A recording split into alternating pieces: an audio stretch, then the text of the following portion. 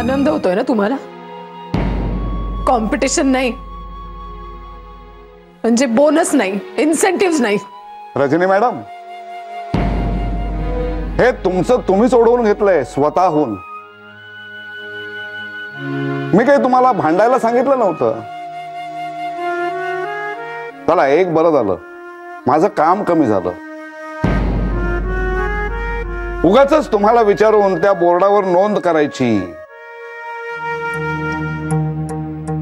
याला म्हणतात सुंठी वाचून खोकला जाणे.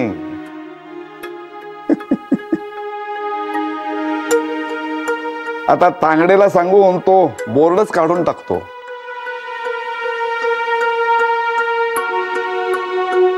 असे बघत बसू नका.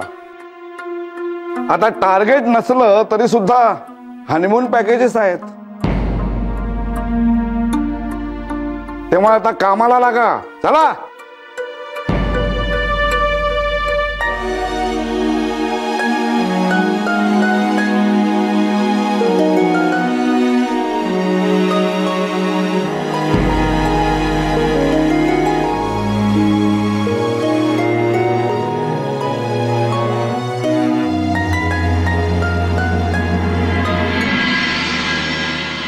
सुहास, तू त्यांना अण्णांची फाईल दाखवलीस ना? हो जय, सगळे पेपर्स दाखवले. काय म्हणाले डॉक्टर? डॉक्टरांचं म्हणणं आहे की लवकरात लवकर बायपास करावी लागेल. विरारचे डॉक्टर पण तेच म्हणतात. मला तर त्या दिवशी अण्णांची तब्येतच बघवत नव्हती. जय, डोंट वरी, होईल सगळं ठीक. हे सुहास, म्हणजे डॉक्टरांनी काही अंदाज दिलाय का रे किती खर्च येईल वगैरे? हो, तू साधारण 5 ते 7 लाख रुपये धरून चाल. आणि तारीख? पुढच्या महिन्यातली तारीख दिली आहे त्यांनी. म्हणजे ऍडव्हान्स म्हणून आपल्याला पुढच्या आठवड्यामध्ये साधारण एक 60-70 हजार रुपये भरावे लागतील.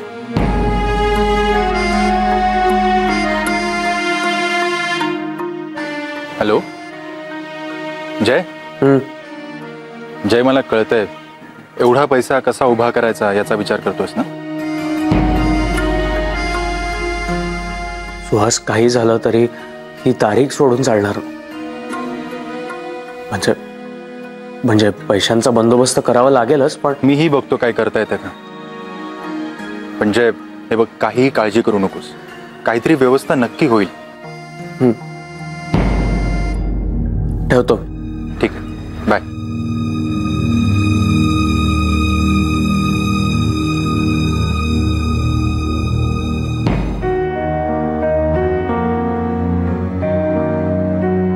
जय,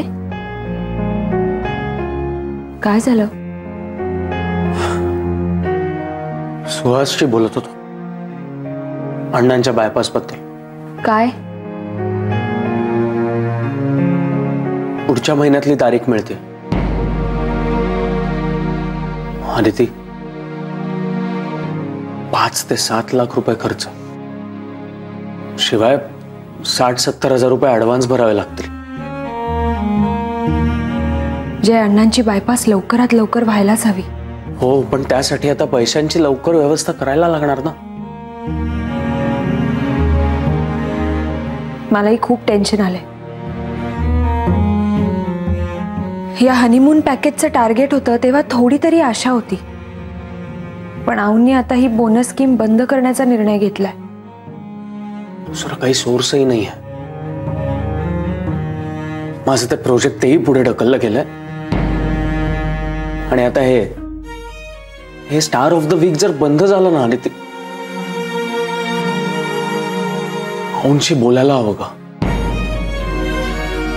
बरोबर आहे तुझं. मला काहीतरी करावं लागणार. तुला म्हणजे? जे जे काही घडतंय त्याला मीच कारणीभूत आहे. अगं, तू स्वतःला का दोष लावून घेतेस आदिती? त्या रजनीने तुझा क्लायंट बळकवण्याचा प्रयत्न केला आणि म्हणून तू बोललीस तिला. पण मी बोलता बोलता मला हे लक्षातच राहिलं नाही की मी माझ्या कलिगशी बोलते.